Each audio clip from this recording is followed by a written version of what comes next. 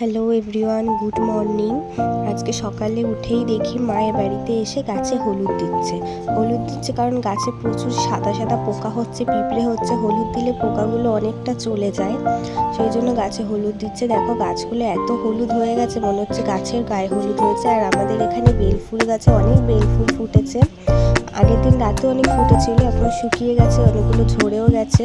আর আজকে এত রোদ উঠেছে কি বলবো, দেখো তোমরা, আজকে প্রচুর রোদ উঠেছে। আর এইদিকে বাবা গিয়েছিল খাসির চর্বি আনতে। আমাদের বাড়িতে আজকে রাত্রে চানা মশলা হবে চর্বি দিয়ে, মা সেগুলোই দাদুকে দেখাচ্ছিল। আর এখানে ডিমের শাক বেছে নিচ্ছে মা, আমাদের বাড়িতেই হয়েছিল ডিমের শাকগুলো, একেবারে শুকিয়ে গেছে। আর আমি এইদিকে মাকে হেল্প করার জন্য জামা কাপড়গুলো একটু গুছিয়ে বিছানা ঝেড়ে নিচ্ছি, আর ড্রেসিং টেবিলও গুছিয়ে নিয়েছি। আর মা ওইদিকে ভাতও বসিয়ে দিয়েছে, একদিকে ভাত আর একদিকে ডাল সেদ্ধ বসিয়ে দিয়েছে।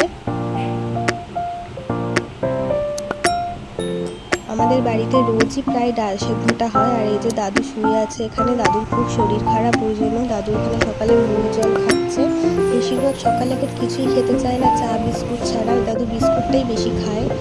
আর আমি এদিকে বিছানা পরিষ্কার করে ঝেড়ে নিয়েছি, এবার আমি ড্রেসিং টেবিলটা গুছিয়ে নেবো, ওটাও বেশ কয়েকদিন ধরে অগোছালো হয়ে রয়েছে, এই দেখো তোমরা।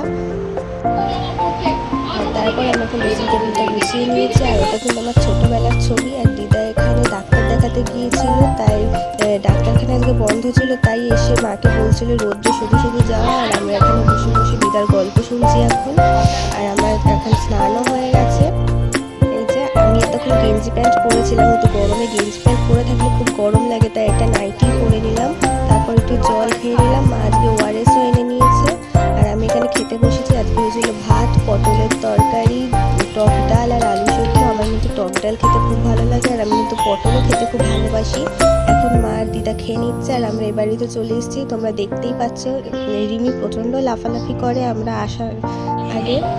আর এদিকে সন্ধে হয়ে গেছে, আমি আর মা এখন যাচ্ছি দোকান থেকে ধুনো আনতে হবে, কয়েকটা জিনিস আনতে হবে।